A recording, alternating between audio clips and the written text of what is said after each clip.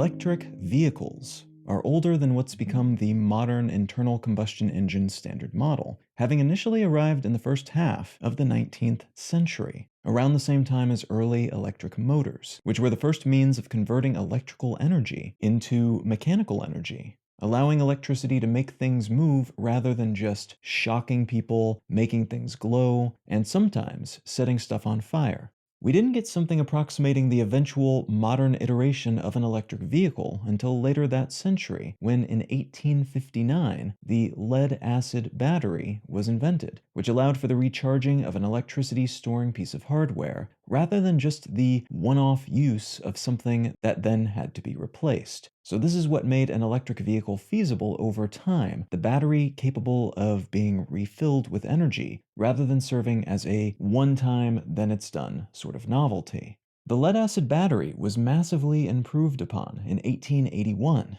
and these improvements allowed each battery to store far more electricity than previous iterations, and this in turn is what led to the mass production of these batteries. Earlier versions just weren't useful enough to justify production on scale. From that point forward, even that same year, inventors around the world, and especially in Europe, where much of this battery development was taking place, would strap these batteries and their accompanying electric motors to all sorts of things, from carriages to tricycles to boats. Consequently, the first real-deal electric vehicle with its own power source, the first outboard motor, and the first battery-powered rail car all arrived around the same time, between 1881 and 1887. For a long while after that, electric vehicles of all kinds and at all scales were used for work purposes, like pulling rail cars filled with coal from mines, and for traveling decent distances relatively capably, or short distances quite quickly.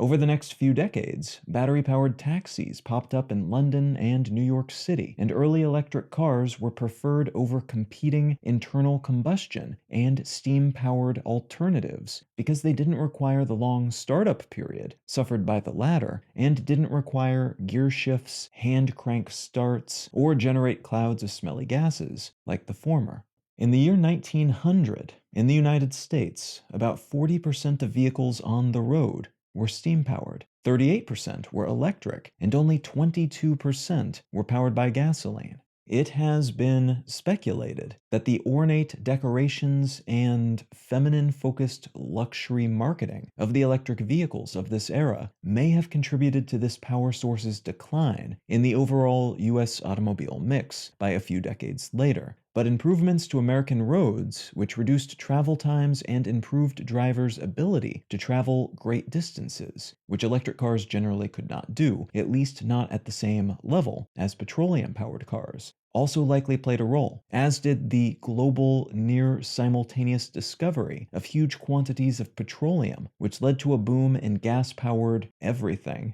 because these fossil fuels were abundant, cheap, and looking for customers. Eventually, petroleum-powered automobiles became the norm because they could travel city to city rather than being limited by their relatively lackluster range to urban environments, and because these new models of petroleum-powered cars could generally travel faster than their electric kin as well. Many electric vehicle companies either went out of business or transitioned over to making the, by many metrics, superior gas-powered cars from the 19-teens onward. But there was a resurgence of interest in electric models beginning in 1959 due to the development of a new type of battery based on nickel and cadmium, which allowed vehicles using them to be recharged a lot faster than lead-acid batteries, while also weighing a whole lot less for the same energy capacity. Several concept cars, few being produced in a sellable quantity, were developed in the 1960s and 70s, but though electric car technologies and batteries continued to evolve during this period, nothing really caught on until General Motors mass-produced an electric coupe called the EV1 in the mid to late 1990s, producing just over 1,000 of them for customers who genuinely seemed to love these cars, before they were ultimately recalled.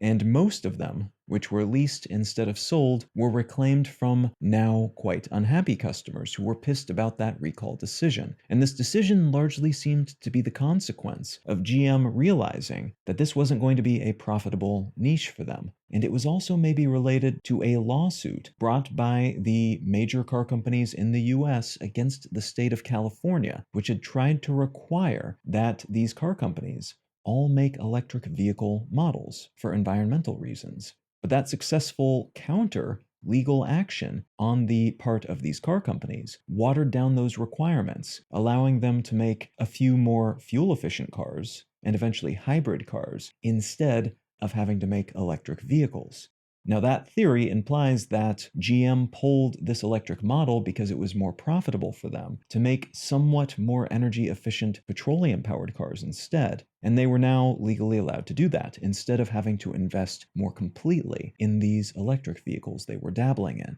So while the 1990s could have been a decade defined in part by a burgeoning electric vehicle market, had that California law stayed in place, instead we saw the deployment of a few mostly unpopular fuel-efficient cars, alongside a huge influx of newfangled sports utility vehicles, SUVs, which were exactly the opposite, increasingly energy inefficient and highly emittive, but very popular because of their size and bravado and perceived, if not always actual, tank-like safety. In the early 2000s, highway-capable electric cars started to be produced in small fits and starts quantities in the United States for the first time in ages. EVs were being produced stateside in the meantime, but most of the options post-early 21st century were similar to what the rest of the world has had in larger quantities since the middle of the 20th century, namely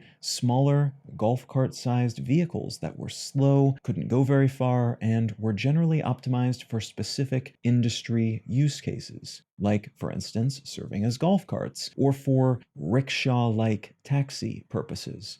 Tesla Motors, an EV company founded by a PayPal co-founder named Elon Musk, started up in 2004, though, and began delivering its first offering, the high-end Tesla Roadster sports car, in 2008. The Roadster was the first production-scale EV to use lithium-ion batteries, similar to what powers most laptops and smartphones, but this car used very big versions of these batteries, and it was the first EV produced at that scale to be capable of traveling more than 200 miles, which is about 320 kilometers, on a single charge. The Roadster, which had a 6-digit price tag and was designed to be a luxury vehicle, sold very well for what it was, and its introduction and that reception more or less sparked a new electric vehicle industry in the United States, following a long, fallow period of little or nothing of note. Nothing that the common consumer knew about or wanted anyway, and the Roadster was definitely a desirable, aspirational product,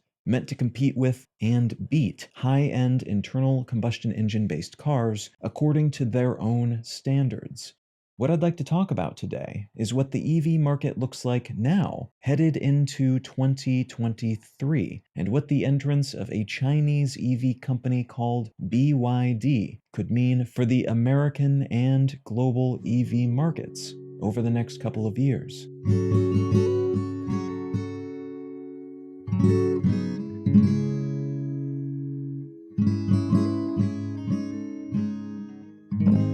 You are listening to Let's Know Things. I'm Colin Wright. It has been a tricky year for all news entities, so if you're in the position to do so, and if you're finding value in this or any news publication, please consider becoming a supporter. In the case of Let's Know Things, the simplest way to do that is to become a patron at patreon.com/letsknowthings. You can also become a member at understandary.com and support this and all of my projects. Supporters who contribute monetarily via either method gain access to an ad-free version of this show and an additional episode of the show each month. A huge thanks to everybody who's already helping to support this podcast, and thank you in advance if you're considering doing so in the future. All right, let's get back to the show.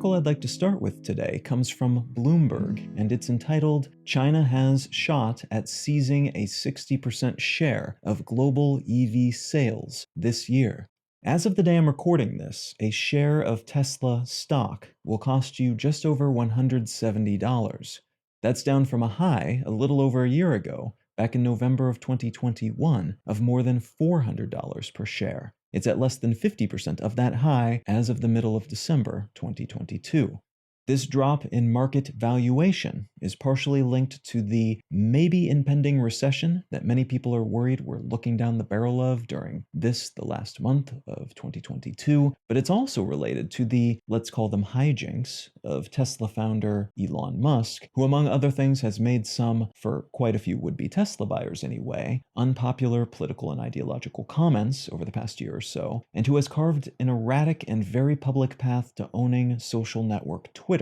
selling a lot of Tesla stock and borrowing against still more in order to afford the $44 billion price tag that he, by all indications, overpaid on. This is also partially the consequence of rumors, allegations, and lawsuits related to cultural aspects of Tesla as a company, ranging from accusations of racism baked into company culture to reports from whistleblowers that the company is violating workers' rights, allowing dangerous and at times deadly mistakes through the production process because it would be too expensive to fix those mistakes, and at least one allegation of, let's say, creative accounting practices, none of which is unique to Tesla, but all of which seems to be par for the course for companies run by Musk, and which, because of how visible he makes himself, tend to also be more visible than similar accusations and blown whistles at other automobile companies, despite their, at times, similar flaws and issues. Their CEOs, their founders, are not as colorful as Musk.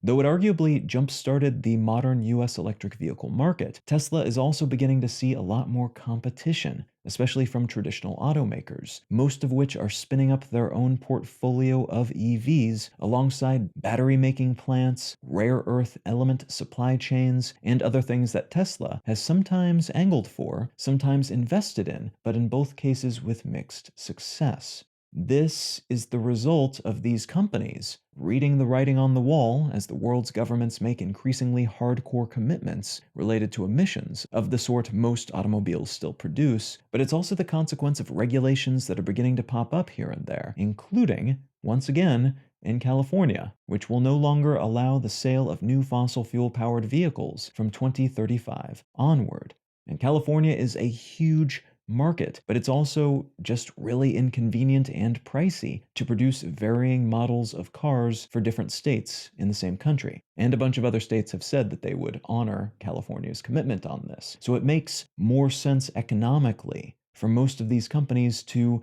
get ahead of this trend and start building out their EV arsenal now, preparing themselves for what the world will look like in a little over a decade. As a result of this arguably slow but increasingly speedy transition, rather than just a few high-end and a few more affordable models from Tesla, car buyers in the US can now choose from an array of sedans and coupes and SUVs, and even pickup trucks, including a wildly successful F-150 model made by Ford, which has made a name for itself by focusing on its capacity to engage in what's called bidirectional charging. You can use the truck's massive battery as a backup battery for your house, powering your home and everything in it for potentially days in the event of a power outage. And this capacity, alongside its other desirable properties, have led to a long wait list for would-be buyers and a large scale-up in production schedules for Ford. Car buyers also have more colors and shapes and sizes and companies to choose from when shopping for EVs these days, all of them offering slightly different takes on the standard EV promise, and a few, like Toyota's revised Prius line,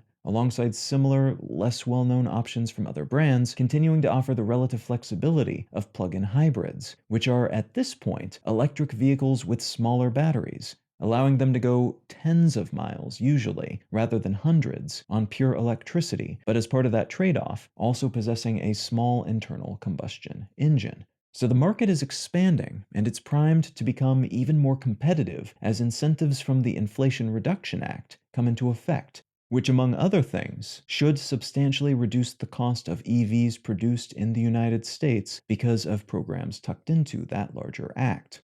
Those incentives will be important because at the same time the US market and the corporate entities functioning within it are spinning up for a real deal competition in this space. Pre-existing, experienced, well-honed offerings from elsewhere are beginning to filter in to the US market. That includes electric Fiats, Hondas, and Hyundais from Italy, Japan, and Korea, respectively, but also models from less well-known, in the US at least, companies like VinFast out of Vietnam, which recently shipped its first 1,000 EV SUVs to the States, NIO, a Chinese EV maker, and BYD, also from China, and of particular note because of the scale the company has managed to achieve in China, the world's largest EV market, over the past few years. And I want to talk more about BYD, but before I get deeper into that company, let's talk for a moment about that biggest in the world Chinese EV market, where it has grown up. In October of 2022, 722,000 plug-in electric passenger and commercial vehicles were sold in China, so about 750,000. For comparison, 85,920 were sold in the US that month, and a cumulative 736,776 were sold in the US for the whole of that year up till that point. So nearly as many EVs were sold in China in a single month, October, as were sold in the US for nearly the whole year, from January till October. And to be clear, that is not a criticism of the US market or its shift toward plug-in electric vehicles, which has been pretty rapid, recently at least, all things considered. It's just that China made this shift earlier and more completely, and thus has more infrastructure in place, a lot more models at different price tiers available, and it's a lot more common to buy electric vehicles there. Whereas in the US, it's still kind of a new, novel thing that most people will think long and hard about doing. We are still several years away from that becoming the default choice here in the States. China's EV market is still growing by leaps and bounds as well, with battery electric vehicles capturing 22% of the total passenger car market and plug-in hybrids claiming another 9% in October. That same month, the US was up to about 6% for all EVs and plug-in hybrids combined. Part of China's rapid growth is predicated on government policies and a decisive industry shift toward EVs in recent years. But part of what has allowed those numbers to jump so rapidly are companies like BYD, which was originally a regular gas-guzzling car company, but which is backed by Berkshire Hathaway, has become the dominant EV maker in China, and several times larger in terms of production compared to the second place largest EV producer in China, in part because of that investment and in part because of investments it has then made for its production capacity. It will finish up 2022 with record sales, revenue, and profitability numbers, and has an array of affordable EVs on the Chinese market to thank for that success. Its next step, though, is releasing a pair of premium offshoot brands meant to compete directly with Tesla, and those releases will coincide with its entrance onto international markets, including Japan in early 2023, Mexico later the same year, and the United States sometime in the near future. Though, as is the case in many countries in which they don't yet sell their consumer vehicles on scale, they already sell buses, forklifts, and other commercial vehicles in the United States, having built out the base level of their vehicle making infrastructure and apparatuses over the past handful of years. In June of 2022, BYD announced that they'd sold about 641,000 EVs in the first half of the year, which put them ahead of Tesla, earning them the moniker largest EV manufacturer in the world, at least for that sales period. BYD is so keen to keep this growth going that it has ordered 6 shipping vessels, each with enough capacity to carry 7,700 cars at a cost of about $710 million. That investment meant to help them avoid supply chain issues in the future as they ship a torrent of EVs to overseas markets. BYD is also the world's second largest battery manufacturer, after CATL, which is also a Chinese company that specializes in lithium-ion batteries for cars and other large applications. Though BYD sells almost as many batteries as CATL in some economic quarters these days, so they could catch up to their battery-specific rivals at some point as well, dominating that space in addition to their EV market dominance. Now, important to note here is that some Chinese industries are almost completely dominated by Chinese companies, and EV production is one such industry. Tesla is the fourth best-selling EV maker in the country, but beyond that, it is Chinese companies top to bottom. China favors its own, and some industries are well protected from outside influence by rules, regulations, and fees, and EVs are on that list of industries. So while BYD has absolutely killed it in China, there is a chance in other markets, competing with more and different brands, and competing on a more even playing field, because there are not the market distortions that you find in China, where some companies receive more of the government's blessings than others. Lacking those advantages, BYD might not kill it quite so much. It might even arrive in the US late enough that the local car companies have a chance to build out their offerings and gird their loins and put up a good fight and possibly even win, carving up the EV market between themselves, rather than giving it away to a company from China. And that potentiality is even higher because of those aforementioned Buy American style incentives that are coming into effect with the Inflation Reduction Act, which will help the, on average, more expensive American-built EV models to compete with cheaper Chinese models on price for the next several years at least, a sort of watered-down version of what China does for its companies back on its market.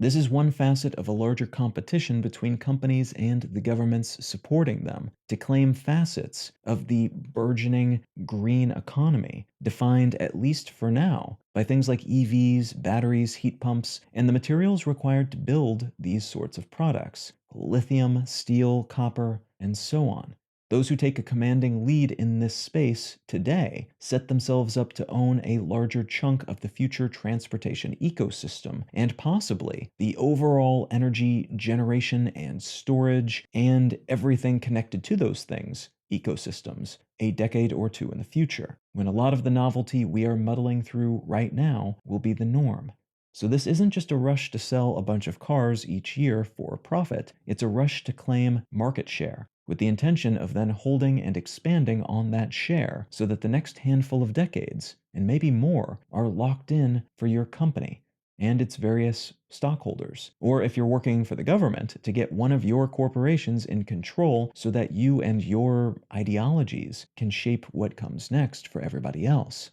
China currently has a commanding lead across essentially every aspect of this new paradigm, from solar panels to EV battery production to mining and processing, and even building relationships with overseas owners of some tricky-to-get mineral resources, and the capacity to then process those resources. But other countries are picking up the pace, passing new regulations and incentives to keep their own homegrown corporations in the game, and to do what they can to avoid being just completely bowled over by China, despite its fairly commanding, so far at least, head start.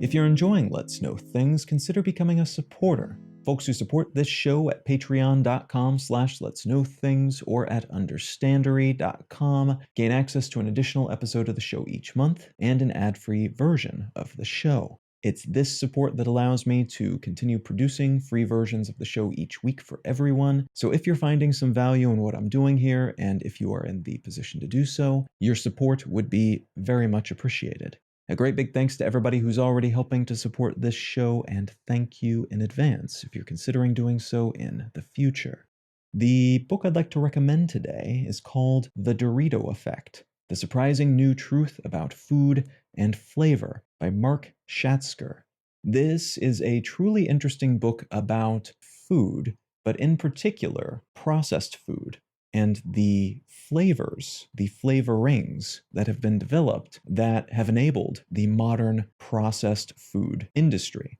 And what I mean by that is that essentially all processed food to varying degrees, if it did not have added flavors, things that are often noted on ingredients labels as natural flavorings, which is technically true, but they are natural flavorings made in a lab almost always. But if those things didn't exist, these foods would not taste like what it seems like they should taste like, because the processing that's involved strips away all of that in order to get different things like the right amount of fat, the right amount of sugar, the right texture, the right color, all of the things that have been shown to sell really well. And then the flavoring components try to reintroduce that stuff that is stripped away while also augmenting it in such a way that we get not necessarily always addicted to it, though in some cases that's a side effect, but definitely find it appealing and then come to associate those sorts of flavors with that sort of fat and sugar payoff. So the snack food that this book is named after is an excellent example of exactly what we're talking about here, but this goes beyond just Doritos and other bagged snacks. This is something that happens with even very natural, unprocessed seeming things that, because of the way the modern food industry works, end up being processed anyway, because it's just a whole lot cheaper, and in some cases, better by some metrics at least, to reprocess them and add that flavor back in later. And there are some positive consequences for that, and then there are some unfortunate negative consequences as well. Now, if any of that sounds interesting to you, consider picking up a copy of The Dorito Effect by Mark Schatzker. You can find out more about me and my work at Colin.io. You can find the show notes and transcript for this and every episode of the podcast at letsknowthings.com. You can find a collection of my other work at understandery.com. And please feel free to reach out and say howdy on social media. I'm at Colin is my name on Twitter and Instagram. I'm Colin Wright on YouTube and Facebook. And I'm on a bunch of those other new networks as well, like Mastodon and such. You can find links to those at colin.io. Thank you so very much for listening. I'm Colin Wright, and I'll talk to you again next week.